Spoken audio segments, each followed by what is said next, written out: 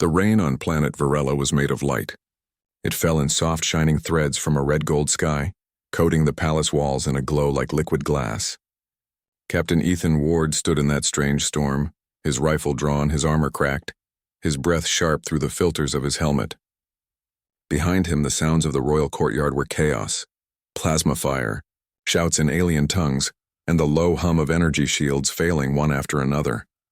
Ethan had been sent here only a month ago as part of a human Virelan peace mission. The humans were guests, advisors, and allies, not fighters.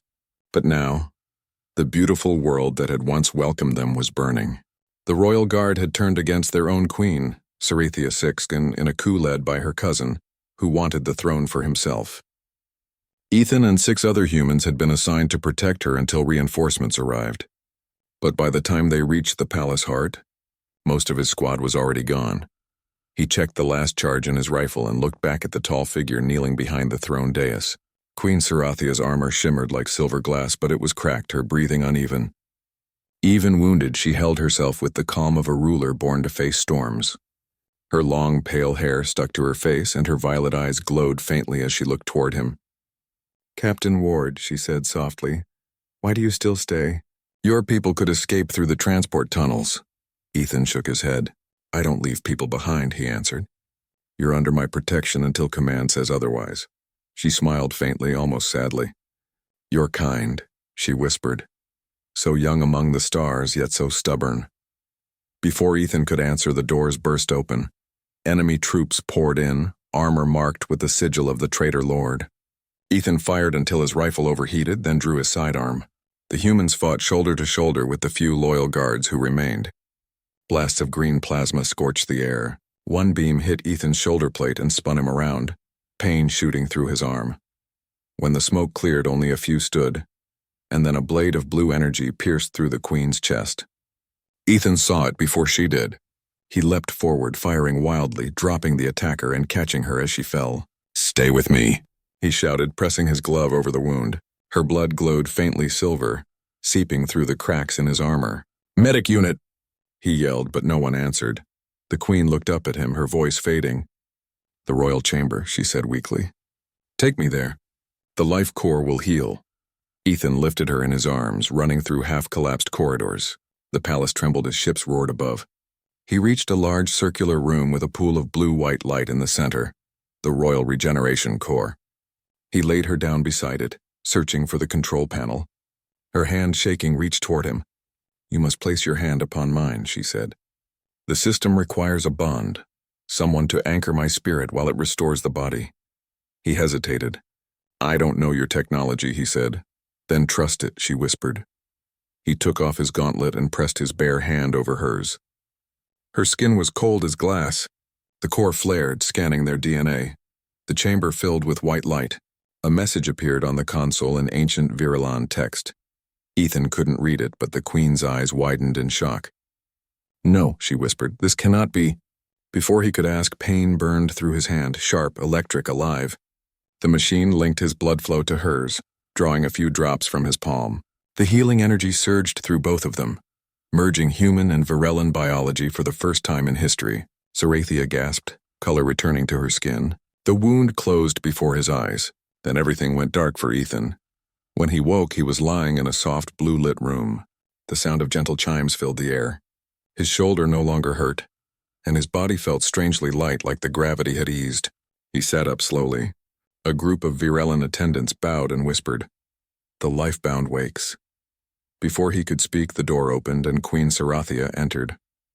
She was dressed in a simple silver gown, her long hair braided down her back. She looked completely healed, though her eyes carried the weight of something new, deep, calm, and knowing. "You live," she said softly. "And because of you, so do I." Ethan frowned. "What happened?" "The healing machine—" "It did more than heal," she interrupted gently. "When your blood entered the core, it recognized a pattern it had not seen in ages. In our ancient code, the one whose life force restores a monarch's is bound to the royal line. Forever. You are now tied to me by blood and life." He blinked, unable to speak. "That sounds like a mistake." "Perhaps," she said.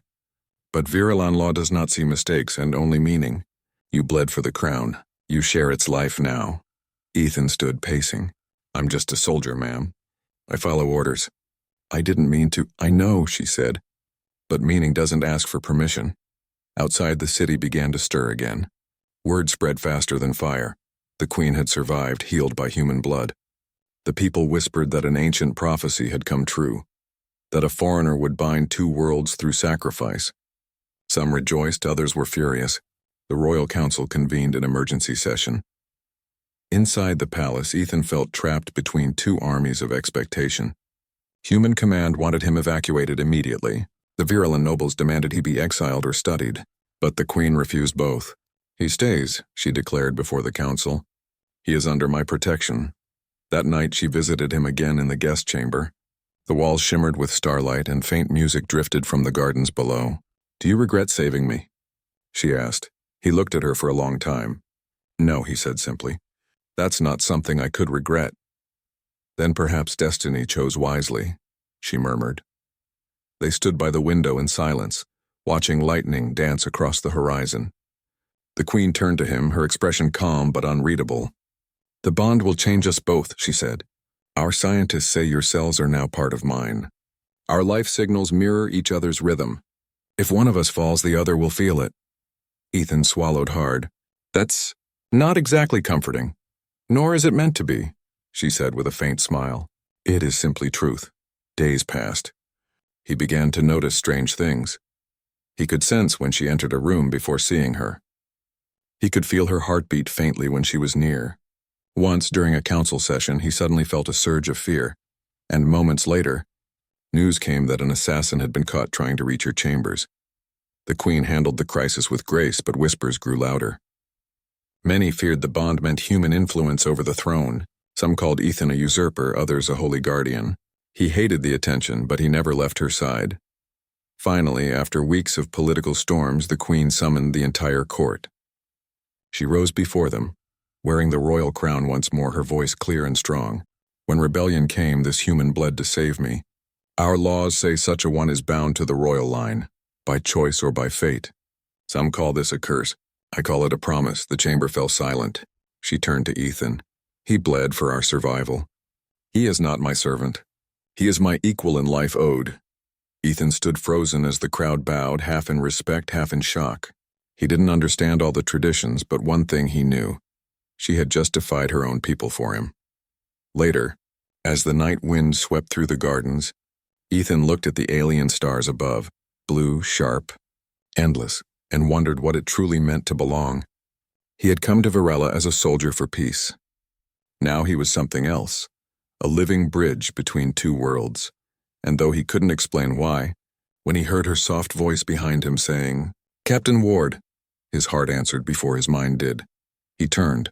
"Yes, Your Majesty." She smiled, her eyes shining like twin moons. "From this day on," she said, "you are no longer just of Earth. You are of Varela." And for the first time, he didn't protest. Ethan woke before dawn, the soft red sun of Varela rising through the crystal towers. Every morning he told himself the same thing, that he was still just a soldier, still the same man from Earth. Yet every day that followed proved him wrong. The bond he shared with Queen Sarathia had changed everything. He was no longer a visitor or a guard. He was part of the royal bloodline, a truth that neither he nor the galaxy could ignore. In the weeks after the rebellion, peace slowly returned to Varela, but it was a fragile peace. The queen worked day and night to restore her people's faith in the throne. Ethan watched as she met with councils, rebuilt the ruined districts, and spoke to crowds in the plazas where fires had once burned. Wherever she went, he followed, silent, steady, her shadow and shield. Yet every time she looked back and their eyes met, he felt something deeper than duty stirring inside him. The people called him the life-bound. Some treated him with awe, others with quiet suspicion. The human embassy wanted him recalled, fearing the situation might spark interstellar scandal. But the queen refused. The bond cannot be undone, she told the human envoy, and if you try to take him, you will break the peace between our worlds. To Ethan, it felt strange, being the center of attention in a world that had once seemed so far beyond reach. He didn't want power. He didn't want a title. He just wanted things to make sense again.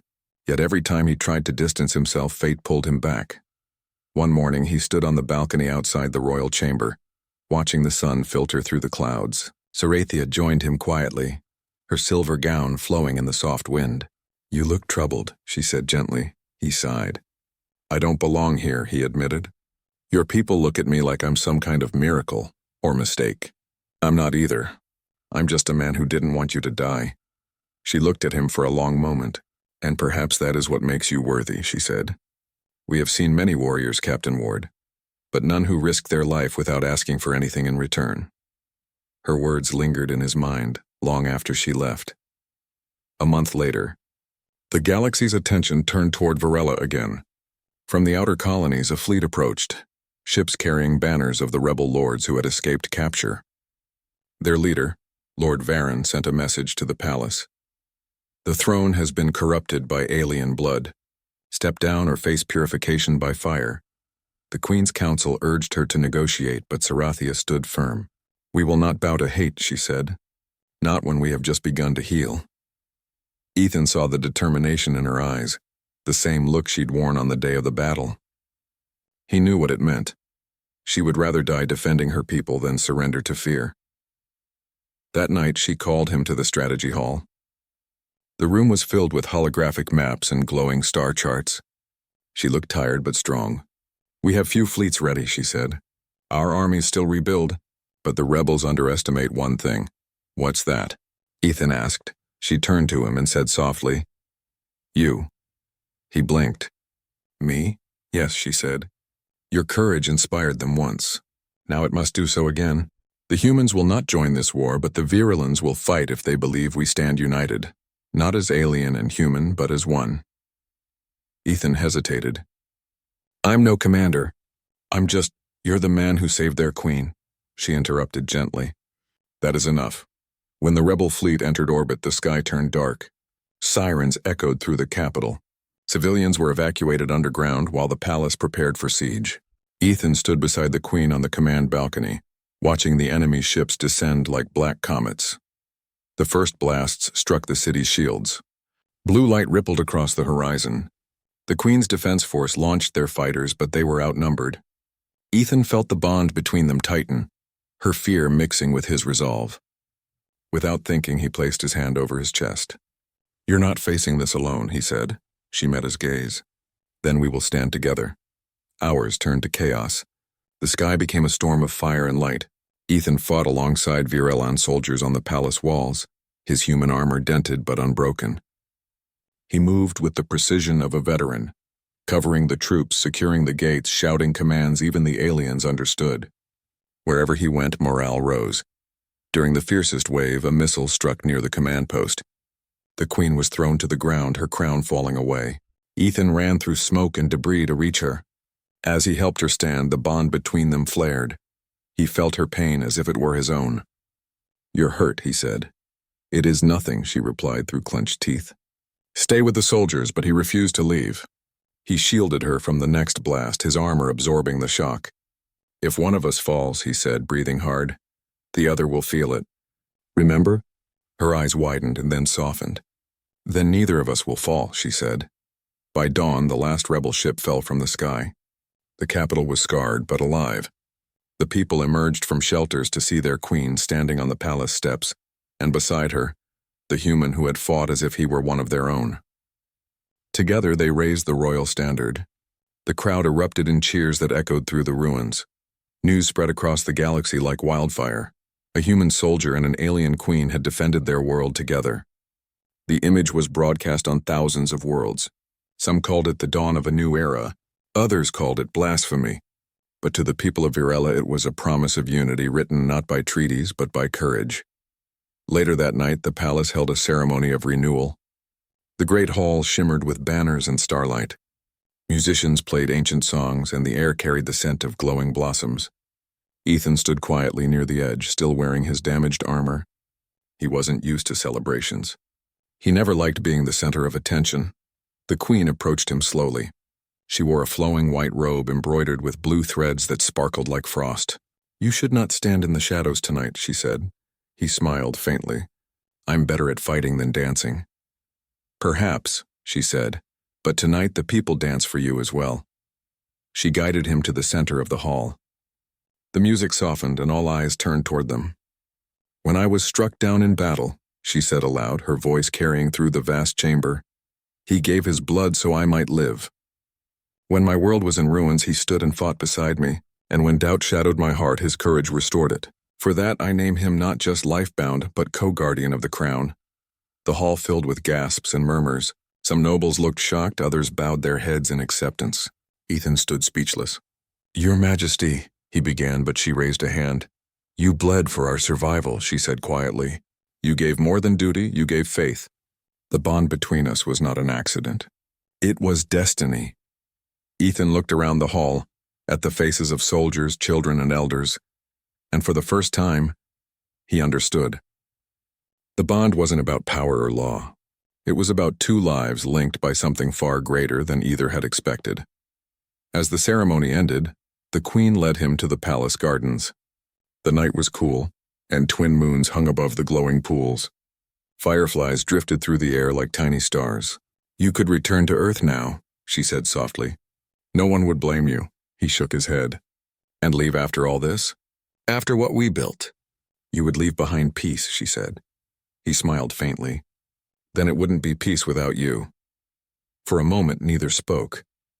The bond between them pulsed gently, calm and alive, not as command or obligation, but as trust. The Queen took a deep breath. "Our historians say the royal blood has always been pure. But now I see that purity is not the strength of a line, unity is. You've shown us that." Ethan looked up at the stars. "So many, so far," Mondon said quietly. "Maybe this is what humanity was meant for. Not to conquer, but to connect," she smiled. "Then let us write that in the stars together." From that night onward, the galaxy remembered them as symbols. The human and the Queen, bound by blood, yet joined by choice. Their story became legend, told in every world that sought peace. And in the quiet halls of Varela, two heartbeats continued to echo as one, a bond not born of war, but of hope. And somewhere beyond the shining towers, the ancient prophecy whispered again through the winds of time, "When the foreigner bleeds for the crown, peace shall bind the stars."